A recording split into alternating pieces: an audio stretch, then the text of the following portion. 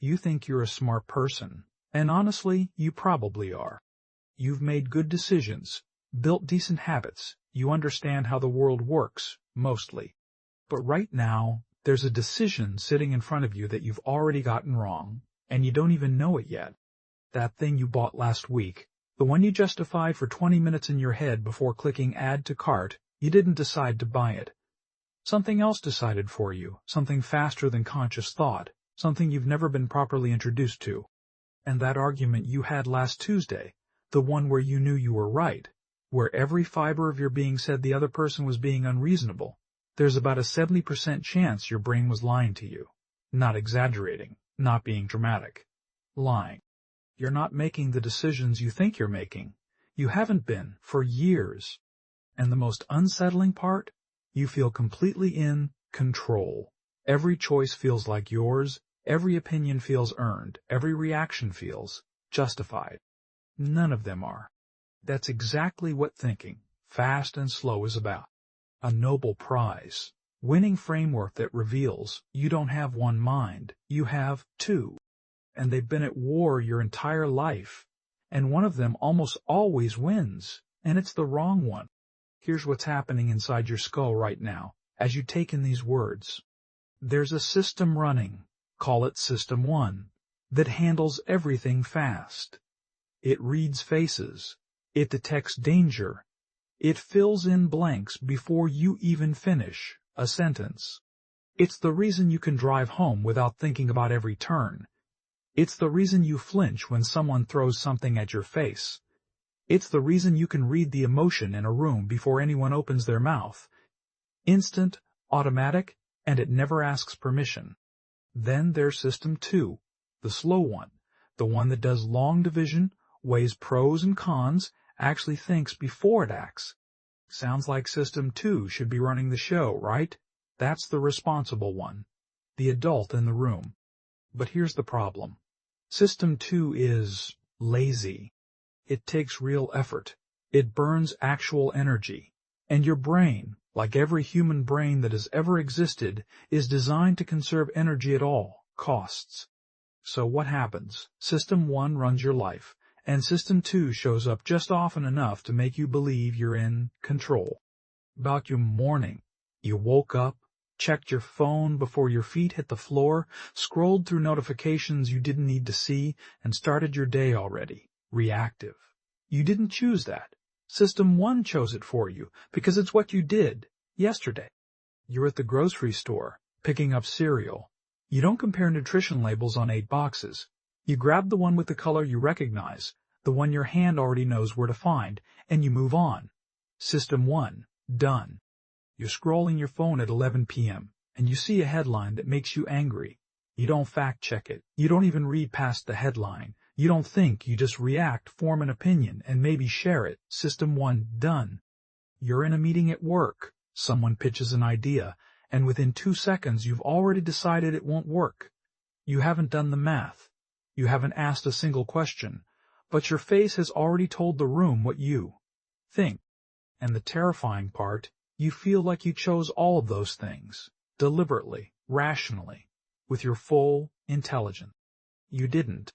Now pay attention to the invisible strings pulling your decisions without permission.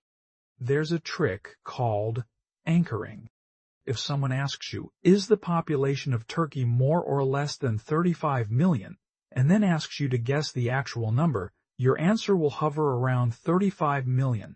Even if you know nothing about Turkey, even if that number was completely random. Your brain latches on to the first number it hears, and everything after orbits around it like gravity.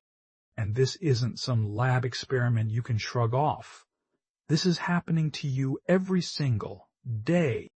That $200 jacket marked down to 120 follies? You're not evaluating the jacket. You're not thinking about whether it's worth 20 on its own. You're evaluating the discount. The $200 was the anchor, and now 120 feels like you're winning.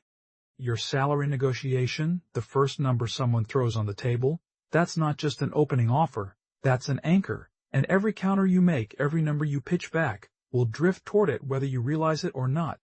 You're sitting at dinner, looking at a wine list. There's a $90 bottle at the top of the page. Suddenly the 40 bottle feels reasonable, not cheap, not expensive, just right. That's not your taste talking, that's not your budget. That's system 1, comparing without calculating, not responding to content, just context. So how many of your smart choices were actually yours? But the deepest trick your brain plays, the one that costs you the most over a lifetime, is what happens when you stand to lose something. There's a principle buried in this framework that explains almost every bad decision you've ever made. And it's this. Losing hurts twice as much as winning feels good.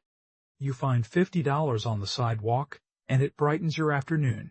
You lose $50 out of your pocket, and it ruins your entire week. Same amount of money. Completely different emotional weight. And this isn't just about cash. That relationship you stayed in 6 months too long, you weren't staying because it was good. You knew it wasn't good. You were staying because leaving felt like losing everything you'd already invested, every conversation, every compromise, every night you told yourself it would get better. That job you hate, the one where you fantasize about quitting every Sunday night while the dread builds in your chest, you're not staying because you love it. You're staying because walking away from the salary, the title, the seniority, the years you've already given, feels like a loss your brain physically can't stomach. And you know this. Somewhere underneath the excuses, you know you're not staying for what's ahead. You're staying for what you've already spent. You're not choosing to stay. You're choosing not to lose. And those are two completely different decisions with completely different lives attached to them. You'd think feelings are the only thing your brain distorts. At least facts are safe. They're not. Your brain doesn't just twist what you feel. It twists what you see. There's a concept called what you see is all there is, and it works exactly the way it sounds. Your mind takes whatever information is available, builds a complete and confident story from it, and then acts like it has the whole picture. No gaps, no doubts, no missing pages. You meet someone for 5 minutes at a dinner party, and you already know what kind of person they are. You've already decided if you like them, if you trust them, if they're smart. You read 3 paragraphs of a news article, and you formed an opinion strong enough to argue about at lunch. You hear one side of a conflict between 2 friends, and it sounds perfectly logical. Obviously, they're the reasonable one. Until you hear the other side, and suddenly your confidence collapses, not because you were stupid, because your brain built a mansion on a foundation the size of a postage stamp. This is why you feel so certain about things that turn out to be completely wrong. It's not ignorance. It's manufactured completeness. Your brain fills in every gap with whatever's lying around, then erases the seams so you never notice the gaps were there. That business idea you were sure would work, that investment you were positive about, that person you knew you could trust. When making those calls with full information, you were making them with a rough sketch, and your brain framed it, hung it on the wall, and told you it was a photograph. And then there's the planning fallacy. You know this one. You've lived it more times than you can count. How long did you think that project would take? 2 weeks? It took 6. How much did you budget for that home renovation? The real number came in at almost double, and you still had to cut corners. How many times have you told yourself, I'll start Monday, and Monday came and went like every other Monday before it? You're not bad at planning. Your brain is wired to plan using best-case scenarios, cheerfully ignoring everything that went wrong in every similar situation you've ever been through. You think this time will be different, because this time you're more prepared. But this time is exactly what you said last time, and the time before, that. And there's a voice in your head right now saying, yeah, but I really am more prepared this time. That voice, that's system 1, still running, still filling in the gaps with optimism. The fix isn't motivation. It isn't more willpower. It's one brutally honest question asked before any plan leaves your head. How long did this actually take the last time someone tried it? Not how long it should take. Not how long you want it to take. How long it actually took in the real world, with real delays and real humans. That single question, pulling from history instead of hope, corrects more planning errors than any productivity app ever built. So, what do you do with all of this? How do you fight a brain that's been running on autopilot since the day you were born? Step 1. Start catching System 1 in the act. Every time you make a snap judgment today, pause. Ask yourself, did I actually think about this or did I just react? You don't need to change the decision, just notice the process. Awareness alone slows the system down. Step 2. Find the anchor before you negotiate anything. Before your next big purchase, salary conversation, or pricing decision, ask, what's the first number I saw, and is it pulling my judgment? Name it out loud. Write it down. Then evaluate the real number completely on its own. Step 3. Flip the frame on every major decision this week. If you're holding on to something, a project, a relationship, a commitment, ask yourself one question. Would I choose this today if I didn't already have it? If the honest answer is no, you're not choosing it. You're just afraid to lose it. Step 4. On your next big plan, throw out your gut estimate. Look up what similar projects actually cost other people, how long they actually took, and what actually went sideways. Build your timeline from data, not hope.